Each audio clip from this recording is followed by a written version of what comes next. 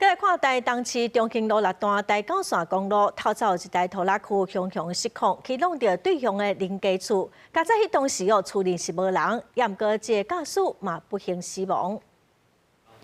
监视器画面中，西直线这架拖板车凶凶车头偏离车道，车身出去，直接弄入去对面的面体。这个事故发生伫个测试透早6点外，地点伫个台中市中兴路6段台9线的公路顶。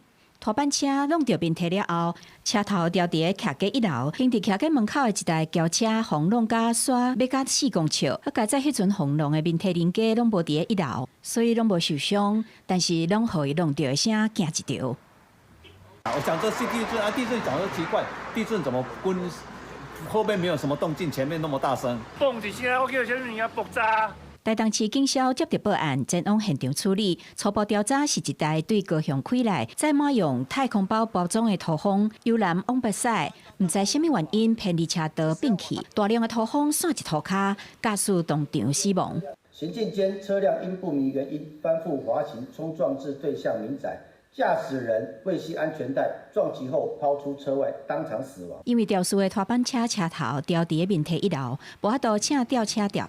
所以警方只好请怪手拖走，马联络车行来处理。详细车祸发生的原因，警方还阁深入调查。记者综合报道。